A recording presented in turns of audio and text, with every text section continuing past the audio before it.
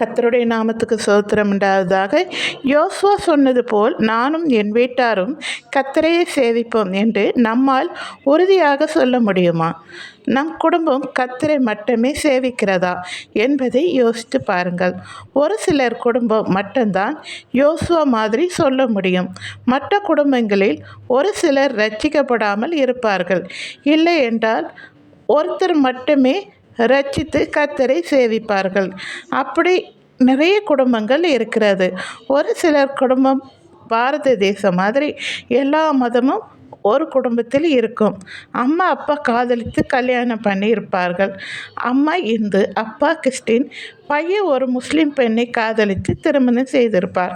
அதனால் அவங்க குடும்பம் பாரத தேச குடும்பம் போல் இருக்கும் என்பார்கள்.